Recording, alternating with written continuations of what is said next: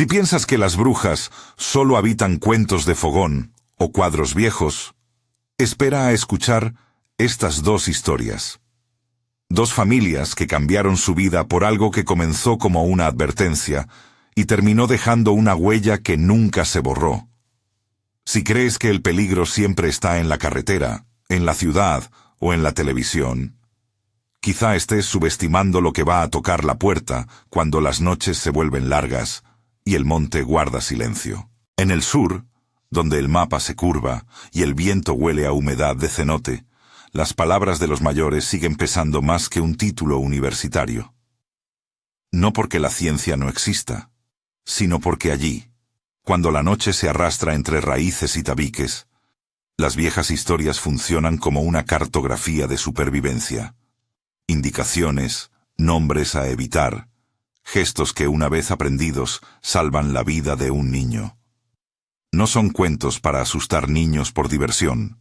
Son advertencias que atraviesan generaciones, envueltas en rituales y en la voz áspera de quien ha perdido algo. Samuel y Lucía lo descubrieron de la forma más cotidiana. Con una maleta, un embarazo a punto de término y una oferta de trabajo que prometía una casa al borde del monte. Vinieron desde la ciudad con esperanzas, con el deseo de un futuro distinto para la pequeña que crecía en el vientre. Todo parecía encajar. La casa era humilde, de paredes encaladas y vigas que olían a madera vieja. Desde la ventana se veía el bosque, sombras que a mediodía eran una alfombra verde, y por la noche, un negro que olía a humedad y a piedras. Antes de asentarse por completo, Lucía fue al mercado. Ella tenía la costumbre de saludar a las señoras de los puestos, de abrazar la vida que llevaba con paciencia. Allí, entre colores, una anciana la observó y se acercó. No buscaba conversación, solo miró la panza de Lucía como quien lee una marca en la corteza de un árbol. «Cuida lo que traes, muchacha», dijo la mujer en voz baja. «El monte tiene memoria de niños», no dijo más. Le ofreció un frasquito con agua que venía de un cenote cercano. Le dijo que no era para presumir ni para creer a la ligera. Le explicó, con una voz hecha de escalas y silencios, que era agua que se usaba en casa cuando los mayores ves a un peligro que no se ve.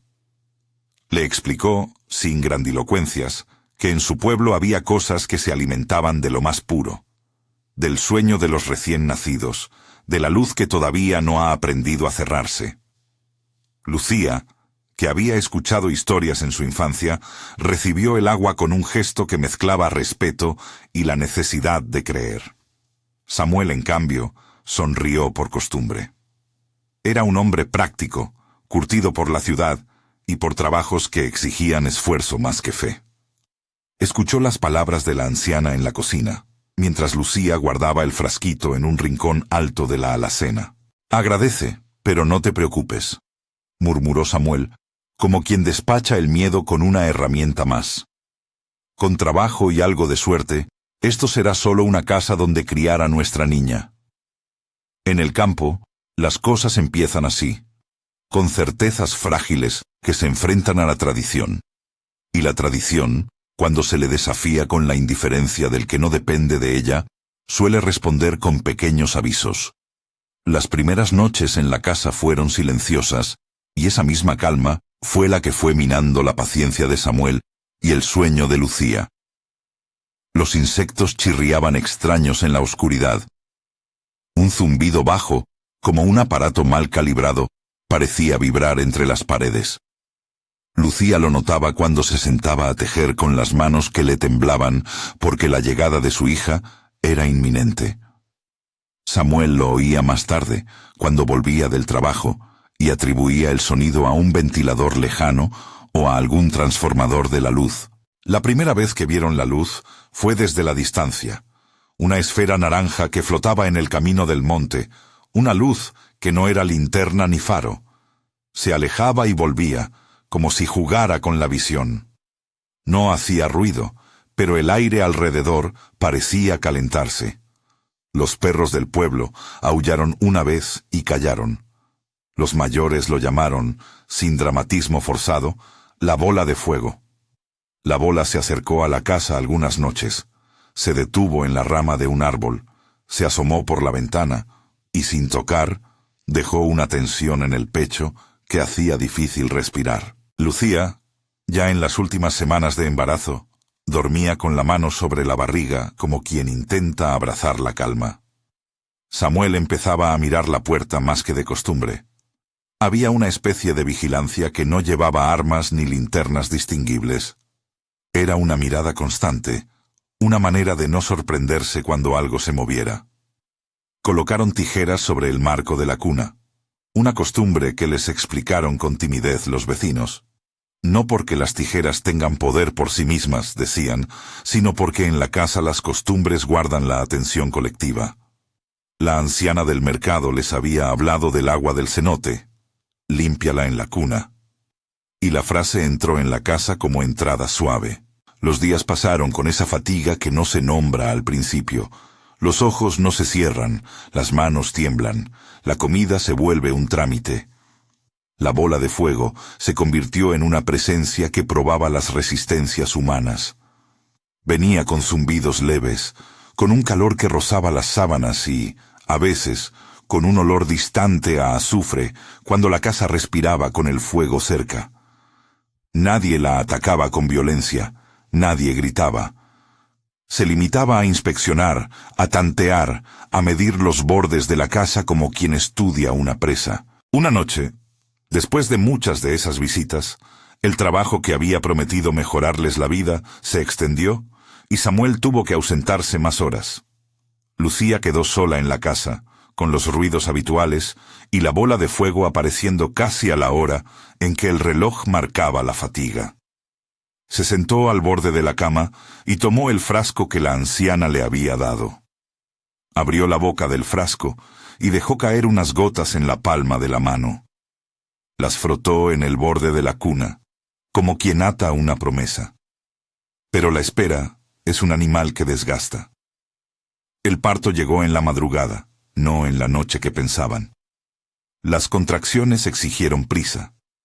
Llevaron a Lucía al hospital del pueblo. Fue un viaje entre luces y susurros, con la bola de fuego truncando el horizonte a lo lejos, como si observase sin prisa. El parto fue una mezcla de alivio y miedo. Cuando la pequeña, a quien llamaron Sofía por una canción que a Lucía le gustaba, lloró por primera vez. Fue como si en la casa alguien dejara de estar en deuda. La pequeña tenía los ojos cerrados como un puñado que se aprieta. En su primer llanto había fuerza. Había una promesa que Samuel besó con manos temblorosas. La anciana del mercado fue a la clínica con una manta bordada y susurros. Echó un poco de agua en un cuenco y lo dejó al borde de la cuna. Susurros antiguos se pronunciaron en la lengua que no siempre se nombra en la ciudad. No eran palabras para un oído que pretende certificar, sino versos que intercalaban la memoria de un pueblo con la esperanza íntima de unos padres. Las semanas siguientes fueron el compendio del amor y el miedo. Sofía dormía con la tranquilidad de quien no sabe de historias, y los padres, por su parte, aprendían a dormir menos. La bola de fuego hizo su aparición con más descaro. Se acercaba sin romper la puerta, se detenía en el alféizar y reflejaba su luz en el peluche que Lucía había comprado. Había noches en que la esfera parecía rondar la habitación como una luna pequeña que toma la medida del cuerpo. Samuel, que caminaba con ojos cansados, intentaba despistar la presencia con cánticos sencillos, palabras repetidas que no prometían milagros, pero ofrecían compañía. La comunidad les ayudaba con platillos, con visitas cortas, con miradas que no juzgaban. Don Esteban del pueblo les había dicho una vez, en voz baja, y con una palma en el hombro de Samuel: «No desafíes algo que pide comida». Nadie dijo que fuera literal. Nadie habló de cuerpos. Todos hablaron de luz, de sueño, de pérdida. Llegaron las noches sin luna, esas que hacen que las estrellas parezcan insectos fijos en el cielo, y con ellas la bola de fuego se volvió más insistente. Hubo un patrón. Durante varias noches, la esfera se detenía a la misma distancia de la cuna, como si marcara una frontera que no debía cruzarse. Pero la resistencia humana también tiene sus límites. Dormir poco, el alborozo de cuidar a un recién nacido, la responsabilidad que pesa, todo eso mina la vigilancia. Hubo noches en que Samuel se quedó dormido apoyado en la mecedora, con un brazo sosteniendo la manta de Sofía. Había noches en que Lucía, abatida por la lactancia y por la vigilia, guardaba el frasquito del cenote en la bolsa de pañales, sin acordarse de aquello hasta la mañana siguiente. La bola de fuego, por su parte, parece saber de fisuras. No necesita golpear puertas, se aprovecha de los deslices. Un rayo de calor pasado por alto, una varilla de la ventana apenas suelta, un suspiro que alivia la postura de un vigilante. A la madrugada, en la grácil hora en que el sueño cae como un manto, la luz naranja apareció más cerca de lo habitual. Esta vez no se quedó solo en la rama. Pasó por la ventana entreabierta y el calor llenó la habitación con la impudicia de un viento que no pide permiso. La cuna crujió. Sofía dejó de llorar.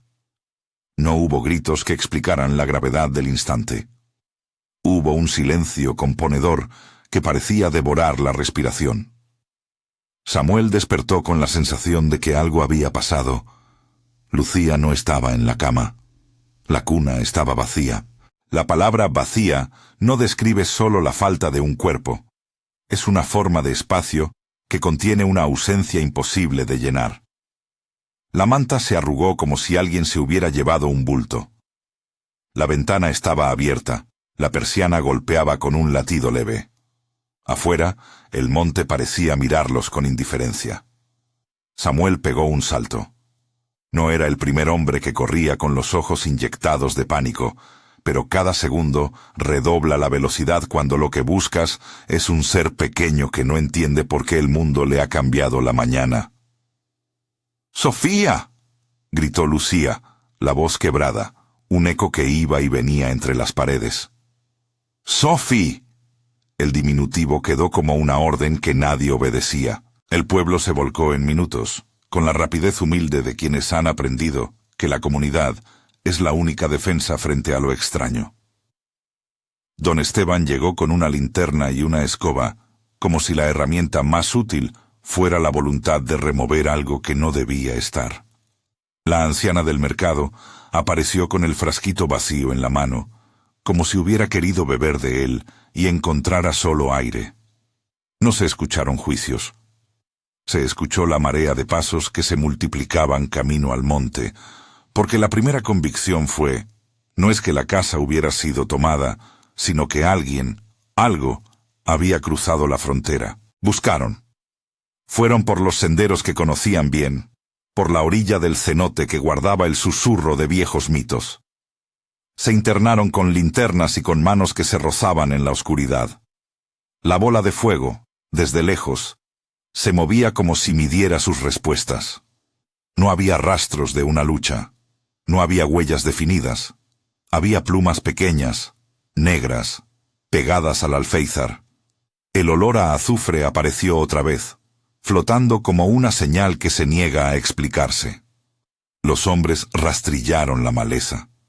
Las mujeres canturrearon oraciones que no pertenecen a ninguna iglesia en particular, sino a una mezcla de agradecimiento y petición. Cuando nadie encontraba nada, la conversación se volvió más secreteada, porque las palabras que quedan son las que rotan en la memoria. Se dice, en mi tía, la antigua dijo. La anciana que le dio el agua a Lucía habló sin revelar certezas, con la voz que pesa. Según cuentan en el pueblo, algunos niños no desaparecen del todo. Se dice que quedan en los cenotes en una especie de sueño eterno, con la mirada como si vieran otra cosa. No fue una profecía en voz alta. Fue una ruta de pensamiento que se clavó en la garganta de Samuel y Lucía. Samuel se sentó en la orilla del cenote con las manos enterradas en el agua fría. El líquido reflejaba la noche como un espejo con manchas. No quiso pensar en la pequeña dentro del agua. No quiso pensar en la posibilidad de que la leyenda tuviera un pie en la realidad. Sin embargo, la memoria de la comunidad actúa como una brújula. Apunta a lugares que no suelen aparecer en mapas turísticos. Don Esteban habló de agujeros que guardan cosas, de ojos cerrados que se confunden con la superficie del agua. Nadie ofreció pruebas, nadie ofreció garantías. Se habían ido varios hombres con cuerdas y linternas porque, dijo uno, no se pierde un niño sin que algo sepa dónde fuimos a buscarlo. Esa noche, la casa quedó con las ventanas cerradas, los muebles intactos y una sombra nueva en la cocina, la presencia de una ausencia. Los vecinos dejaron comida. Las palabras dieron espacio a los lamentos. Lucía no podía soltar una sola lágrima que no fuera un sollozo largo y sin final. Samuel sostuvo a su mujer como si contuviera el mundo. En la penumbra, el frasquito del cenote brilló como una ofrenda olvidada en la alacena. La bola de fuego, lejos ya, parecía observar con una atención que no se rinde. Afuera, el monte continuó siendo el monte, silencioso, ajeno, y sin embargo, partícipe de lo que había ocurrido. Todavía quedaban preguntas sin forma. ¿Había sido un descuido? ¿Fue la bola de fuego lo que se llevó a la niña? ¿Qué buscaba si no era la vida? Las explicaciones de los unos y de los otros empezaron a formar una trama que mezclaba culpa y ritual. La culpa es un animal primario. Primero busca un cuerpo donde posarse y luego reclama todo lo demás. Samuel lo sintió como una vergüenza que se le pegó a la piel. Si hubiera vigilado más, si no hubiera dejado la ventana entreabierta, si me hubiera quedado. Nadie le dijo que esas cuentas siempre se hacen después. Nadie hubiera movido el tiempo para evitar el ahora. A la madrugada, cuando la búsqueda no dio resultado, la conversación en la esquina del pueblo tomó un sentido más práctico. Organizaron turnos para estar en vigilia, rezar juntos y pedir a quienes supieran más que ellos que compartieran su conocimiento. La anciana del mercado, con las manos arrugadas, contó de nuevo historias que parecían mapas de alerta. Como en otra época, los mayores amarraban telas a las puertas. Como algunas madres guardaban ceniza en los umbrales. No ofreció la seguridad de una técnica, ofreció un vocabulario para la alerta. Samuel y Lucía aceptaron la invitación de los vecinos. Quedarse una noche en casa de la anciana, en el centro del pueblo, donde la gente hubiera más contactos y menos soledad. Se fueron con la misma maleta que los trajo, pero el cuero estaba impregnado de otra cosa, de la certeza de que la vida se puede volver frágil en horas, y de que las historias que les dijeron en el mercado ahora se presentaban como algo demasiado real para despreciarlas. Antes de salir, Samuel miró por última vez la cuna vacía, tocó la manta, sintió la textura de la vida que no regresó, y con la boca seca repitió el nombre de la niña hasta que la palabra quedó sin uso. No hubo cierre. Hubo un tránsito. La búsqueda continuaría. Las historias se multiplicarían. La comunidad trabajaría como una colmena nocturna. Pero en la casa, en el porche donde se mecía la silla, la sombra de la bola de fuego quedó suspendida como una advertencia. La luz naranja ya no era solo una curiosidad. Había tomado forma de posibilidad y de peligro. Algo se había llevado lo que el mundo aún no estaba listo para perder. Y el monte, que hasta entonces parecía un espectador, comenzó a sentirse como un actor que recordaba a cada quien su lugar. Quien entra sin respeto puede despertarse sin lo que más ama. La anciana, con las manos que se vuelven a cerrar por la noche, bajó la cabeza y murmuró la frase que en pueblos como ese repiten cuando lo inexplicable toca a la puerta. Según cuentan. Y la frase bastó para llenar la habitación de un miedo que no se puede medir. Esa madrugada, bajo un cielo que no daba respuestas, Samuel y Lucía se alejaron hacia la luz tibia del pueblo, con el cuerpo frío y la sensación de que algo se había llevado un pedazo de su propia historia. No sabían todavía hasta dónde llegaría la búsqueda. No sabían si la bola de fuego volvería con la misma insistencia, ni si la comunidad tendría las respuestas que necesitaban. Lo único cierto era que la casa, la cuna y el frasquito del cenote quedaban como señales. Un lugar marcado por la ausencia y por la memoria que, en pueblos como aquel, no olvida fácil. Si estas historias te atenúan la curiosidad, suscríbete para escuchar más relatos escalofriantes. Aquí no celebramos el miedo, lo narramos con cuidado porque es la voz que los pueblos usan para recordarnos. Cuidemos a los nuestros. En los días que siguieron, la casa al borde del monte se hizo referente de conversaciones. Algunos decían que la hija había sido llamada por algo que buscaba luz. Otros optaban por la explicación más fría, la maldad humana. Pero en el monte, entre el rumor de la hierba y el eco de los pasos, había voces que no hablan en términos modernos, hablaban en metáforas y costumbres. Los hombres que habían rastrillado la maleza trajeron relatos que eran, a la vez, alivio y escalofrío. Encontraron plumas negras en la orilla del cenote. Encontraron, en la superficie del agua, una película que se parecía a aceite. Encontraron huellas pequeñas que se perdían en el barro, como si alguien hubiera querido que siguieran, y luego se las hubieran quitado de encima. Samuel se negó a creer en certezas simples. Habló con calma, con la entereza forzada del que cuida a su mujer. Hay que seguir buscando, hay que mantenernos unidos. Una frase que en la boca de alguien con un dolor profundo no deja de ser una orden hacia la continuidad. Lucía, por su parte, alternaba el llanto con el silencio, y a ratos salía al patio y veía el monte con ojos que buscaban algo que no tenía nombre.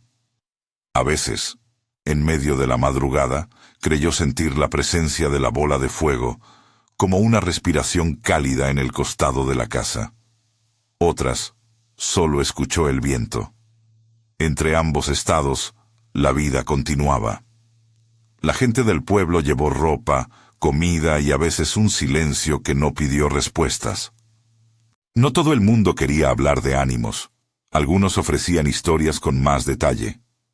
Los mayores contaban que en tiempos pasados, cuando los caminos eran peores y los hombres menos escépticos, se practicaban ofrendas en la orilla del cenote. No eran rituales que hubieran querido convertir en espectáculo. Eran gestos de negociación con un mundo que no explica todo lo que hace. Se le daba un poco de maíz, una sombrilla tejida, para que la muerte y la vida no se confundieran, dijo una voz suavecita en la esquina de la plaza. No se trataba de creer o no creer. Se trataba de formar parte de una trama que, de tanto repetirse, funcionaba como una red de contención. Samuel escuchó esas palabras con el ceño fruncido. Estaba demasiado dolido para confiar en el amuleto de una tradición que no había protegido a su hija. Y sin embargo, no podía ignorar el punto. La tradición, a diferencia de la indiferencia moderna, ofrecía una posibilidad de acción. Así que reunió a quienes conocían a la anciana del mercado, pidió consejo y se decidió por un movimiento que reunía lo práctico y lo simbólico: volver a la casa, recuperar objetos, preguntar por señales y, si era necesario, hablar con quienes sabían de esos velos que velan la noche. Fue una decisión que exigía valentía y una resistencia que no siempre tiene forma de heroísmo. A veces, el valor se parece al cansancio que se niega a rendirse. Al regresar a la casa, en la penumbra de la tarde, Samuel y Lucía encontraron por primera vez a la bruja de la que hablaban las historias. No en una figura humana que se presentara para responder, sino en la evidencia de que algo mira con hambre. La cuna vacía, las tijeras sobre el marco, la manta doblada. Todo eso era una narración muda. Al lado de la cuna, una marca. Una línea oscura en la madera, como si algo hubiera rozado allí una y otra vez, hasta lograr una fricción que no se borra. Aquella marca no era una respuesta, pero sí una prueba de contacto. La bola de fuego no dejó huellas como las que deja un zapato. Dejó una marca que se parecía más a una quemadura de luz. Lucía la tocó con la yema del dedo y sintió un calor lejano en la piel, como si un recuerdo de la presencia la recorriera. Aquella noche, en la que no había certezas, el pueblo se fue recogiendo con una atención nueva. Vigilia, oración y la necesidad de decir las cosas en voz alta para que no se perdieran. Las historias se multiplicaron. Madres que contaron que, en su infancia, habían soñado con luces. Hombres que recordaron aves que no pertenecían a ninguna especie conocida. Ancianas que narraron símbolos que se parecen a plumas, pero que no son de ave. Todo eso comenzó a formar un mapa de lo posible, un conjunto de símbolos que no se podían demostrar con laboratorios ni con medidas, pero que, al juntarse, producían una lógica que, aunque incómoda, pedía respeto. Y en medio de esa lógica, la pregunta más punzante era simple. ¿Qué significa que algo se alimente de lo que amamos? ¿Es un hambre literal o un vacío que se llena con el brillo de lo nuevo? Las respuestas se volvieron filosóficas, pero también prácticas. Vigilar, encender luces, quedarse en grupos, depositar ofrendas en los márgenes. En el pueblo surgió una especie de ritual espontáneo. Todas las noches, parejas jóvenes, vecinos y personas mayores salían a la plaza y dejaban pequeñas lámparas encendidas, un gesto que parecía decir: «Aquí estamos, vigilantes. No eres bienvenida a tomar lo que nos pertenece». Samuel y Lucía participaron de esa vigilia como quien participa de un bautizo emocional. Lo hicieron por la pertenencia, por la esperanza, por la posibilidad de confundir a la bola de fuego con demasiada luz humana. Pero la vigilia no brinda garantías absolutas. Lo que brinda es comunidad y una defensa que no se rinde. A medida que las noches pasaban, la bola de fuego no cedía del todo. Se acercaba, se alejaba, tanteaba. A veces dejaba plumas en los umbrales, otras veces solo una presencia que parecía medir la tristeza. La vida de los padres cambió de ritmo. Se levantaban a cada ruido, comprobaban cada sombra como si fuera una posible fuga.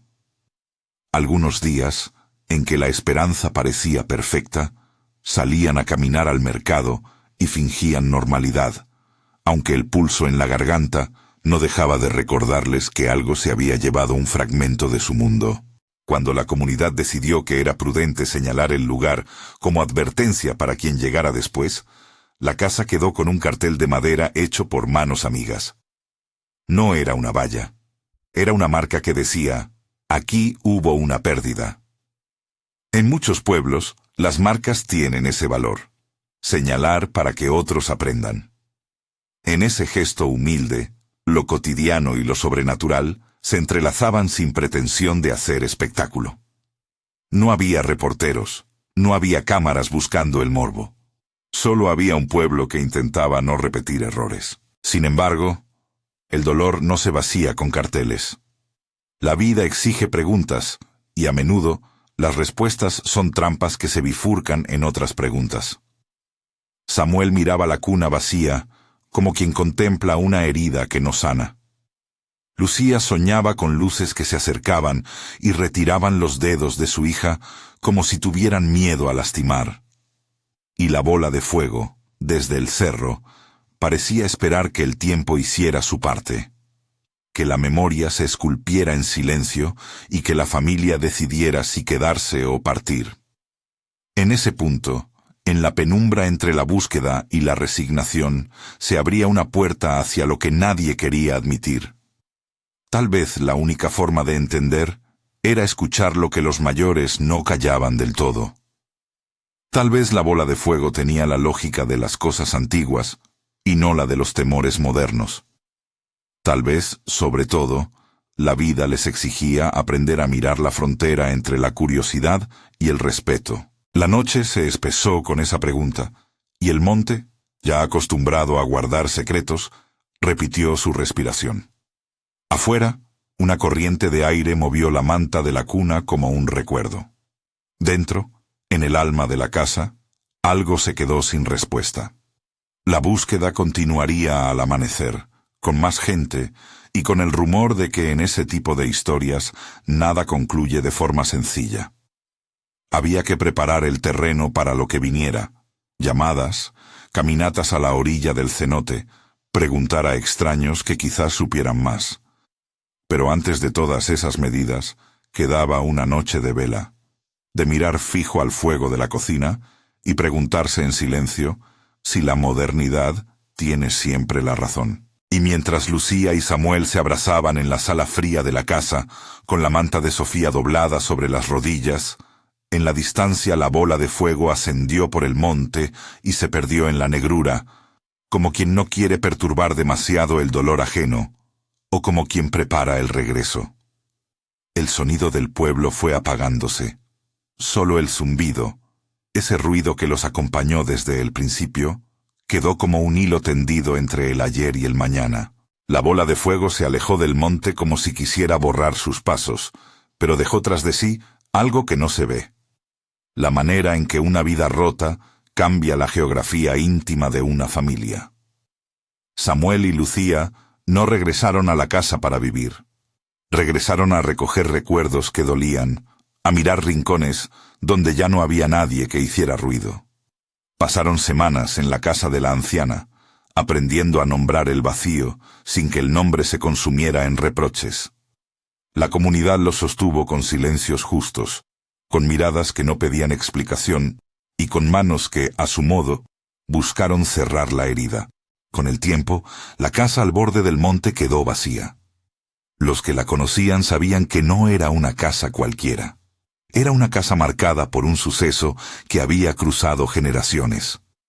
Otros la miraban desde la distancia, como quien contempla una advertencia escrita en madera.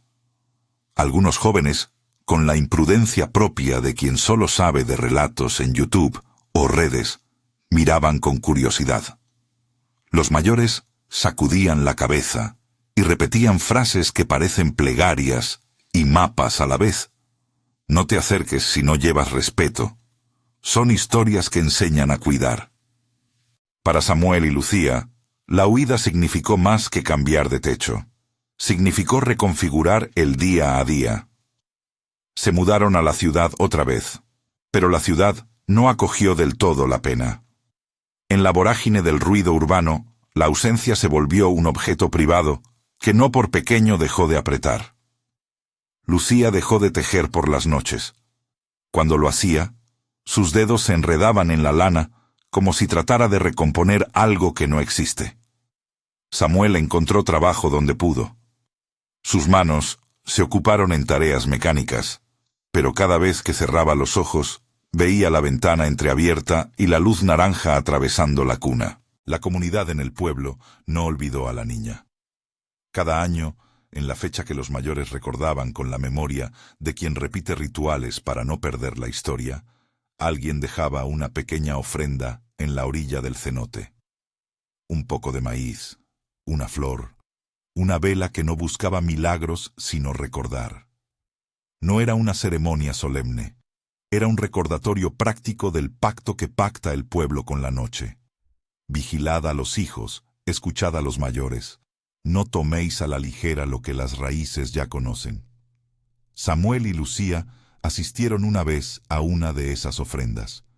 No fueron protagonistas, solo dos cuerpos más entre la verdad y la superstición. La anciana que les había dado el agua estaba allí, con las manos que ya no alcanzaban el asombro. Se sentaron en la orilla y miraron el espejo del cenote. La mujer prendió una vela y la dejó temblando en la piedra. «No puedo darles lo que no tengo», dijo en voz muy baja. «Solo puedo decirles lo que sé». No era una consolación, era lo que la tradición podía ofrecer: información y compañía. Las palabras de la anciana flotaron como las llamas pequeñas en la superficie del agua. Para Samuel fueron una invitación a sentir la falta sin que esa falta se convirtiera en autoinculpación permanente. Para Lucía fue una forma de reconocimiento. Alguien más había visto, había nombrado, había ayudado, aunque la ayuda no significara recuperar lo perdido. El pueblo siguió su vida con la misma lentitud con la que resuelven sus días los lugares donde la memoria pesa. La casa permaneció cerrada y con los meses, los crujidos de la madera comenzaron a decir otra verdad. No todo lo que se pierde vuelve. La bola de fuego dejó de aparecer tan seguido, o quizá la gente aprendió a no mirarla con la misma curiosidad. Algunos afirmaron que la presencia se había desplazado hacia otros montes, como quien busca alimento nuevo. Otros, de labios más secos, sostuvieron que la historia seguía viva en la memoria de quienes cuentan. Samuel y Lucía, por su parte, aprendieron a vivir con una cicatriz que no se ve. Aprendieron que la culpa no siempre tiene nombre, que muchas veces se disfraza de precaución, de dormir con la radio encendida, de preguntar 2 veces si las puertas están cerradas.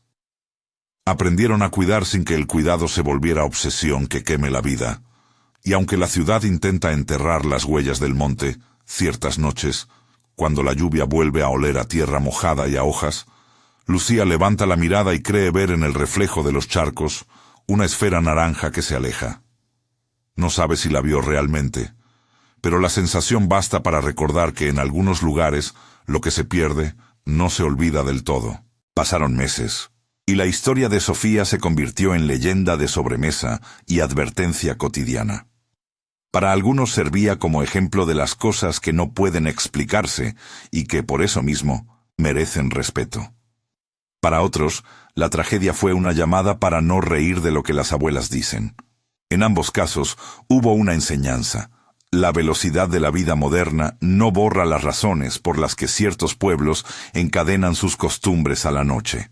Si la bola de fuego dejó un rastro en Yucatán, el patrón se repitió, con matices distintos, en los cerros de Sinaloa. Allí, donde el monte es más seco y las noches se llenan con el llamado de las lechuzas, surgió otra historia que se parece a la de Samuel y Lucía. Un nombre distinto, una ave en vez de una esfera, pero la misma sensación de que el hogar puede ser invadido por algo que no entiende límites humanos. Manuel y Rosa llegaron a Sinaloa buscando lo que muchas familias buscan: un futuro que diera cierta caricia de estabilidad. Manuel tomó trabajo en una parcela en las faldas de un cerro, y Rosa cuidó la casa y al bebé recién nacido, al que llamaron Carlitos. Era su primer hijo. Su mundo, hasta entonces, se limitaba a pañales y noches interrumpidas, a canciones en voz baja y a cuerpos que se aprende a conocer tan íntimamente que cada ruido nuevo despierta una alarma. Los vecinos del rancho los recibieron con la hospitalidad lacónica de la gente de campo. Ayuda en lo necesario, distancia en lo trivial. Entre esos vecinos había una pareja mayor, don Esteban y doña Carmen, que se convirtieron en una especie de guía sin pretensiones. Fueron ellos quienes, en la primera visita, les contaron que en el cerro había una lechuza que no era como las demás. No lo dijeron como quien entrega un dato curioso, lo dijeron como quien pone un marcador en el mapa de la precaución. Cuando la ves venir, es tarde para tapar la casa, dijo doña Carmen una tarde, mientras limpiaba la mejilla del molcajete. No es por espantar, pero permanece atenta con el niño. Manuel sonrió nervioso, esa sonrisa que mezcla cortesía con escepticismo. Había escuchado historias similares en otras partes. Aves malinterpretadas, ruidos nocturnos, la mezcla de miedo y costumbre que hace de cada pueblo su propia mitología. Se dijo que en la ciudad las cosas eran distintas, que no había tiempo para terrores nocturnos ni para aves que roban la vida. Rosa, sin embargo, escuchó con un silencio que no era desprecio. La maternidad la había vuelto sensible a lo que otros llaman superstición. Los primeros días pasaron con la cotidianeidad que trae la paternidad primeriza. Carlitos dormía, comía, despertaba. La casa tenía el olor de la leche y de la cuna recién tejida por la abuela de Rosa. Los dos padres aprendían horarios y rutinas. Y en las noches la lechuza, una presencia que al principio se mezclaba con todas las lechuzas, se escuchaba como un sonido más. Pero los sonidos cambian tono cuando el cuidado nocturno tarda, y la lechuza comenzó a llamar con una cadencia distinta, un ulular que parecía encantar el aire, apaciguarlo con una melancolía que no era la del viento. Una madrugada, Manuel se despertó con una sensación de peso en el pecho. Había trabajado hasta tarde, y la noche en la parcela era más oscura que otras. Fue al cuarto donde Rosa y el niño dormían, y notó que algo no estaba bien. Carlitos parecía más callado de lo habitual. Su respiración era más lenta, y sus ojos, cuando Manuel los alzó, le regalaron una mirada que no tenía término, como si mirara un punto fijo que nadie más veía. «Amor», susurró Manuel, «despierta». Rosa abrió los ojos con una sonrisa somnolienta que se desdibujó al mirar al niño. Se sentó y tomó al bebé, acariciándole la frente. Había una palidez que no era solo la de la luz de la luna. Hubo un silencio que se volvió ruido en sus oídos. La lechuza volvió a ulular, lejos, como si midiera la reacción humana. Los días siguientes trajeron un cansancio que no se curaba con siestas.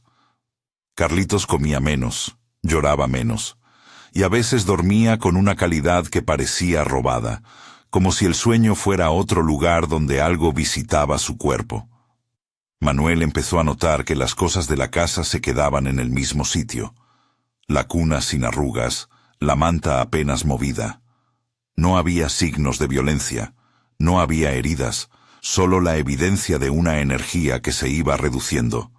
El brillo en los ojos del bebé se atenuaba como una vela que se consuma.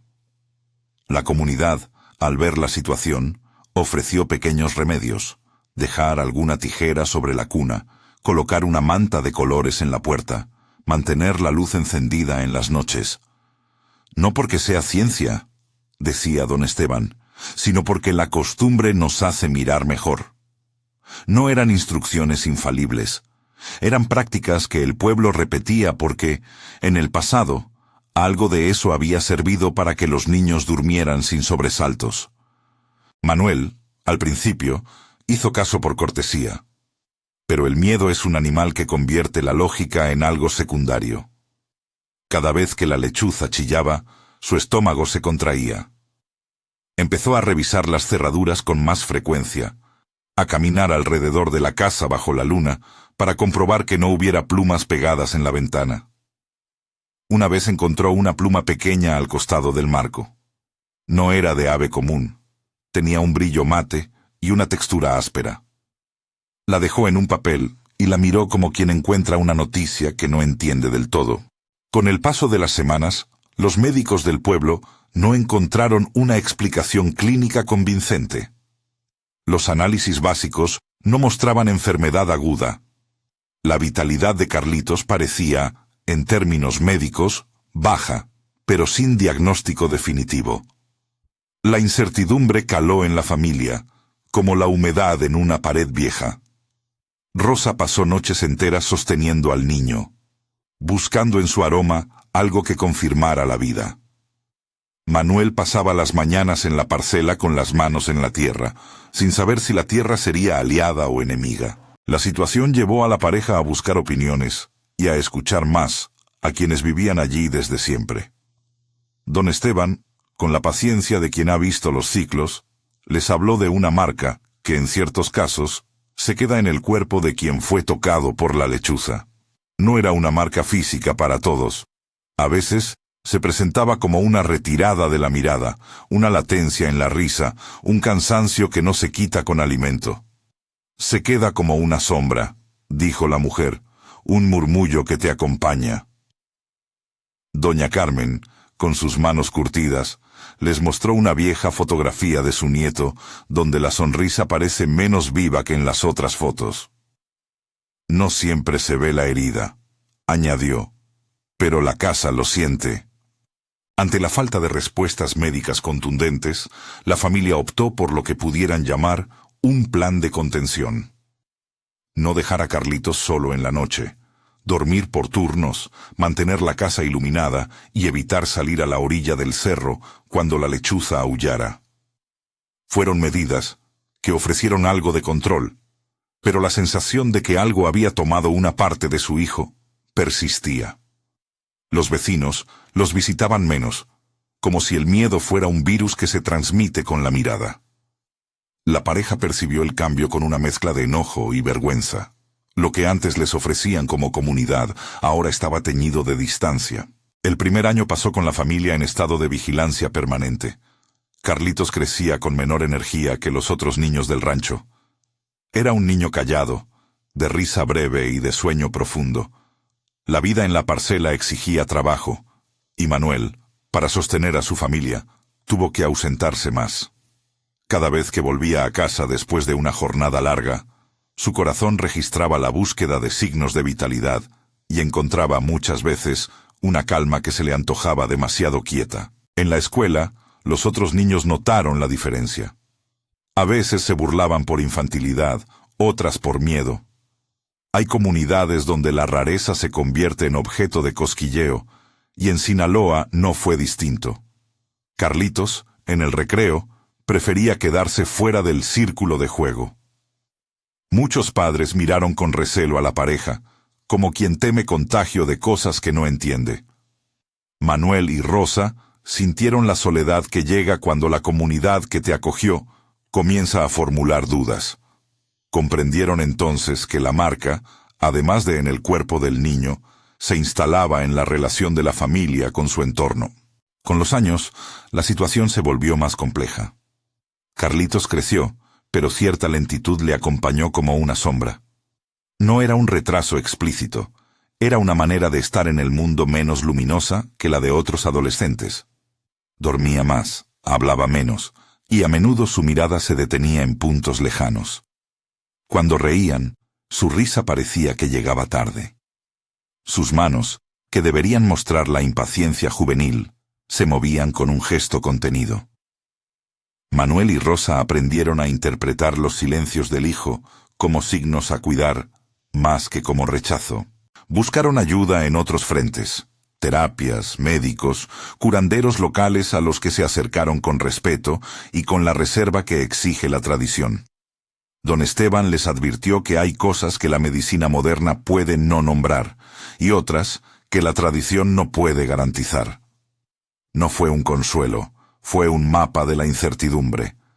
A veces las prácticas tradicionales ofrecían calma temporal, otras veces la calma era frágil y pronto volvía la sensación de vacío. Don Esteban les contó, en un momento de sincera cercanía, que en su juventud había visto casos similares. Niños marcados por el cerro, hijos que volvían con la mirada a medias. «No lo digo para asustar», dijo. «Lo digo porque la tarde es larga y es mejor prevenir que lamentar». Las palabras no eran una receta. Eran la voz de quien tiene memoria y que, por eso, aporta historia. Manuel escuchó y calló, con esa resignación que pesa en el pecho como un objeto que nunca se logra soltar. Hubo un episodio que marcó una ruptura. Una noche en que Carlitos, a pesar de todo, soñó y se movió con convulsiones leves. Rosa, desesperada, lo llevó a la clínica más cercana. Los médicos atendieron la emergencia con profesionalidad, pero no encontraron una explicación clara. El episodio dejó a los padres con miedo renovado. ¿Había algo más allá de la fatiga, algo que destrabara al niño de manera brusca? En la sala de espera, mientras el personal hacía pruebas, Manuel y Rosa se miraron con el cansancio de quien ha cargado con la incertidumbre durante años. Había una acumulación de noches sin sueño, de decisiones pequeñas que ahora tomaban el peso de lo definitivo. La comunidad, ante el episodio, se dividió entre quienes ofrecían ayuda y quienes miraban con cautela. Doña Carmen se acercó y, mirando al niño con ternura, dijo en voz baja: «A veces la marca queda, pero también hay que aprender a vivir con ella. No todos los que estuvieron marcados terminaron mal». No era una garantía, pero la frase tuvo algo de bálsamo. Admitir que la vida continúa, aunque fragmentada, puede ser un modo de resistencia. Con el paso del tiempo, Carlitos se convirtió en joven. La marca, si se puede así llamarla, persistió en sus gestos y en su forma de habitar el mundo. Tuvo amigos, sí, pero la cercanía máxima que pudo sostener fue con un puñado de personas que entendían el silencio y la paciencia. Manuel y Rosa, por su parte, aprendieron a no convertir el sufrimiento en prisión. Buscaron trabajo en otros lugares. Intentaron mudarse para no vivir la memoria del cerro a cada paso, pero la huella quedó. En la mirada del hijo, en la elección de no dejarlo dormir solo, en la manera en que la pareja se hablaba de miedo sin nombrarlo del todo.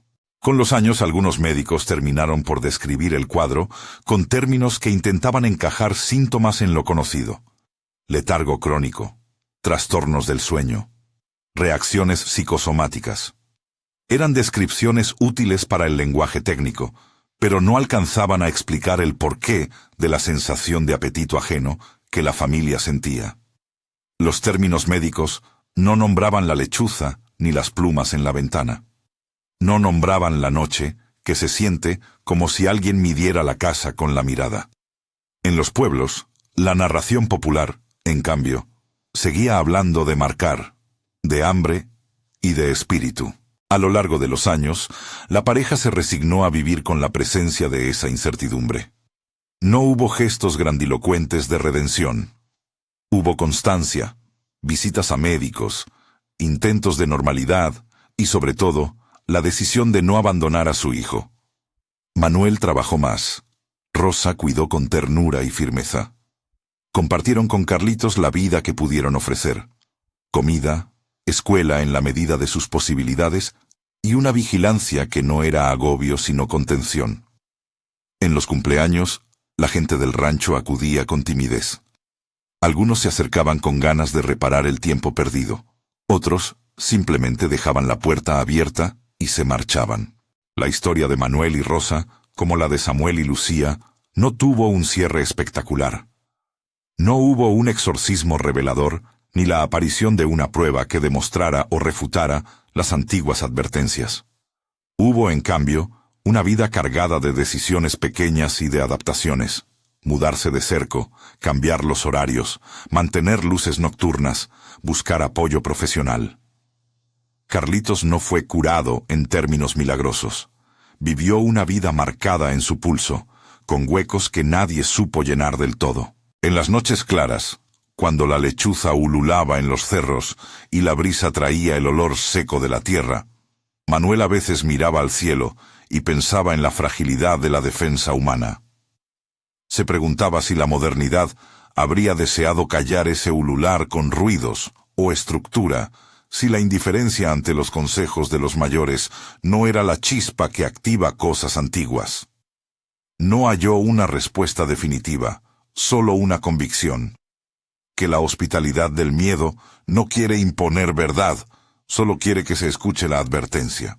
Ambas historias, la de Sofía y la de Carlitos, empezaron en contextos diferentes y, sin embargo, convergieron en un patrón que se repite en cientos de relatos orales. Seres que se alimentan de lo tierno, marcas que persisten en la piel o en la mirada, y la comunidad como primer y último escudo. No son relatos para recriminar a la ciencia ni condenar la modernidad. Son, ante todo, memorias que aconsejan respeto por territorios que guardan otras reglas.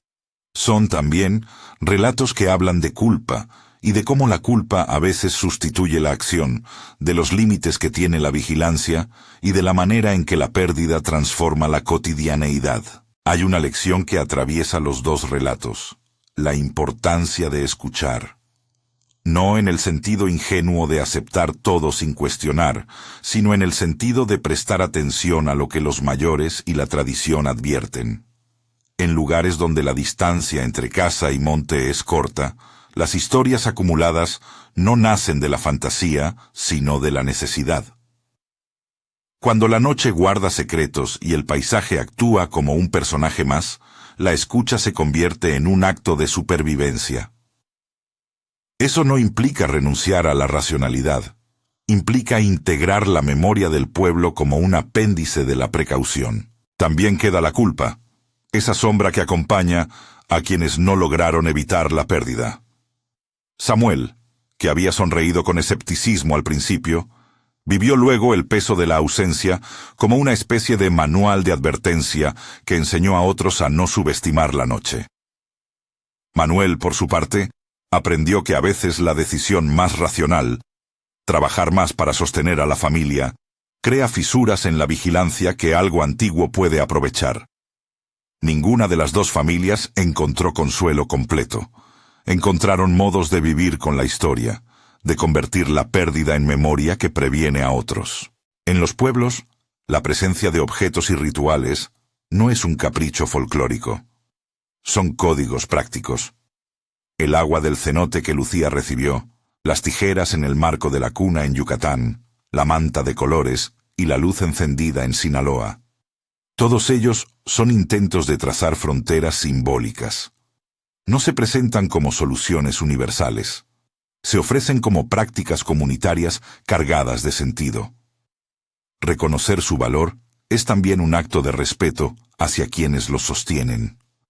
No son hechizos garantizados, ni recetas mágicas. Son modos de nombrar el peligro, de ofrecer respuesta colectiva y de sostener la esperanza. Las dos historias dejan al oyente con una tensión que no se disuelve. La noche puede ser tanto un manto protector como una amenaza desconocida. El monte, la lechuza, el cenote y la bola de fuego son metáforas de un mundo donde lo visible y lo invisible coexisten en una frontera que no siempre la modernidad sabe leer. La pregunta que queda no es si esas fuerzas existen en términos científicos, sino qué significa vivir en un mundo en el que la memoria colectiva pesa tanto como la información verificada. Quizá la lección final sea simple y difícil a la vez. Respetar las advertencias no equivale a abandonar el pensamiento crítico. Equivale a entender que las costumbres llevan siglos como cartografías de supervivencia. Escuchar a los mayores, cuidar a los niños con atención y no burlarse de lo que otros llaman tradición, son pequeños actos que, en suma, protegen. La modernidad no es enemiga de la memoria, y la tradición no es un obstáculo para la razón. Juntas, pueden ofrecer una red más ancha para quienes caminan entre montes y cenotes, entre lechuzas y luciérnagas. Si estas historias te helaron la sangre, compártelas con quien ame el folclore y la noche. Respeta las tradiciones y cuida a los tuyos.